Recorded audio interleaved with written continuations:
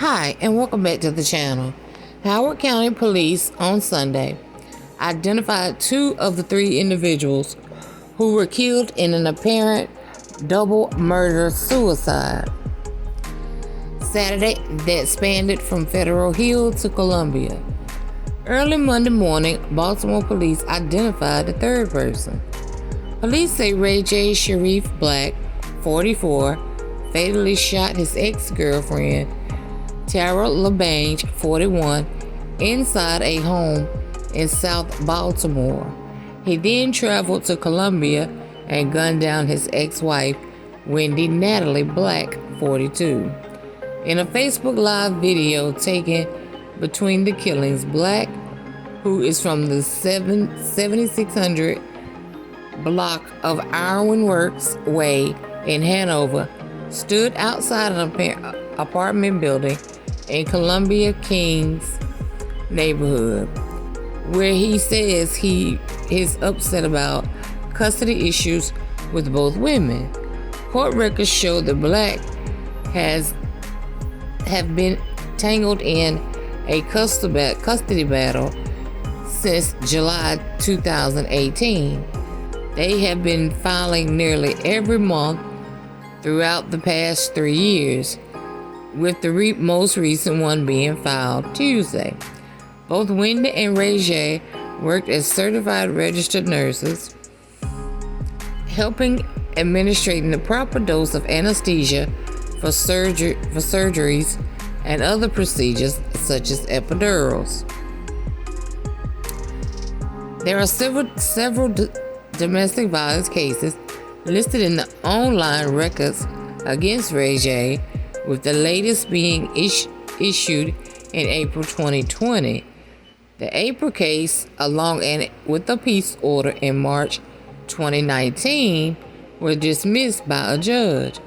The records show 2 other domestic violence cases, which filed in July 2018 and September 2018, but were dropped shortly after being filed. The court records do not say who filed the charges against him. Court records also show a domestic violence case against Wendy Black in October 2018, where the case was dismissed by the person who filed it. Records do not show who filed the complaint. In the video posted on Facebook, Ray J. Black says he just did something crazy. I just shot my ex-girlfriend in the head. He says, felt like a dream. I never thought I would be that guy. I can't go to prison, so the person that really started my depression and all of this is my ex-wife. So she's next. Then I'm going to do myself too. In that moment, Wendy Black opens the door. Oh, there's my ex-wife right there, he says. Then the video cuts off. Shortly after the shooting, police found the bodies of the Black's 2 young children unharmed in Ray J. Black's gray BMW in the parking lot of apartment complex. Police said the children did not witness the shooting and have been placed in a safe environment. The names, ages, or gender of the children were not released by police for privacy reasons, the agency said. The shooting unfolded within an hour of each other. Baltimore Police Department Southern District Station got a call about 1:30 p.m. about a residential alarm in the 1500 block of Marshall Street. Inside the home, officers found LaBange shot to death. Howard County police officers had been dispatched around 2:08 p.m. for shots fired in the 7300 block of Eden Brook Drive in Columbia. Department spokeswoman Shirley said when they arrived at 2:14 p.m., they found Wendy and Ray J both dead. Howard County officers got a call from their counterparts in Baltimore around 2:22 p.m. about the video, the agency said, but it was too late. By Sunday afternoon, there were minimal traces of the crime that had occurred just 24 hours before. In Columbia, the only thing indicating something had gone on was a boarded up window on the first floor of the apartment complex.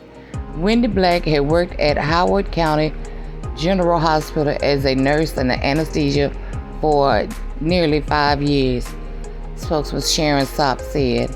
And according to his LinkedIn page, Ray J held a nursing anesthesia position at the hospital for Veterans Affairs, and previously worked for the University of Maryland Capital Region Health for about 3.5 years. LeBang had also been working at Capital Regional Health, according to a statement from hospital spokesman Janiyah Matthews. We are deeply saddened by the tragic incident occurring, the death of a team member who cared for patients in our hospital under a contract with a medical provider.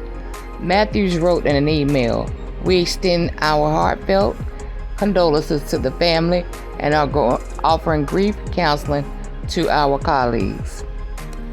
Court records show Ray J filed a federal lawsuit against the University of Maryland Medical Center in January, claiming he had been wrongfully fired after he exposed a doctor who was allegedly stashing drugs in his locker. The lawsuit, which did not name the doctor, claimed that everybody knew Black was the whistleblower and started refusing to work with him. He was fired in April 2020. According to the suit, he was forced to risk his life by working a regular nursing job in New York at the height of COVID-19 to provide for his family and obtain health insurance. Matthews declined to comment on the case, citing a long-standing practice of not discussing pending litigations. Dorothy Linging, director of the Marjorie Cook Legal Clinic at the Hospital of Ruth, Maryland, said troubling incidents like Saturday's killings raised plenty of questions about the efficiency of the systems in place to prevent domestic violence and protect the abused. People always talk about what she should have done differently, and lots of times the victim did everything she was supposed to do. Lenning said, "We really need to then look at an abuser for what he did, and how do we keep him from abusing?"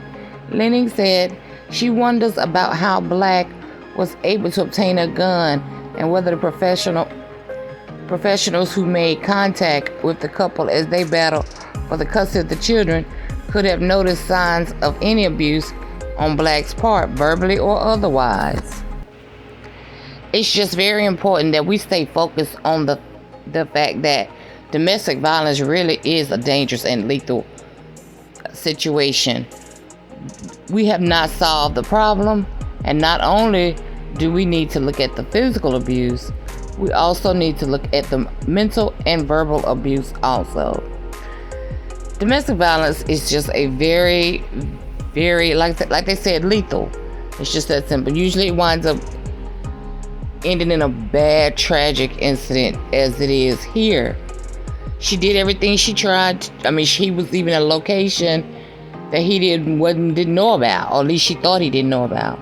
But he found out where she was and wound up right at her house and caught her as she was coming out of her house. So if you are in any kind of domestic violence situation, get help, get out. If you like this video, please hit like, share, and subscribe, and I'll see you on the next one.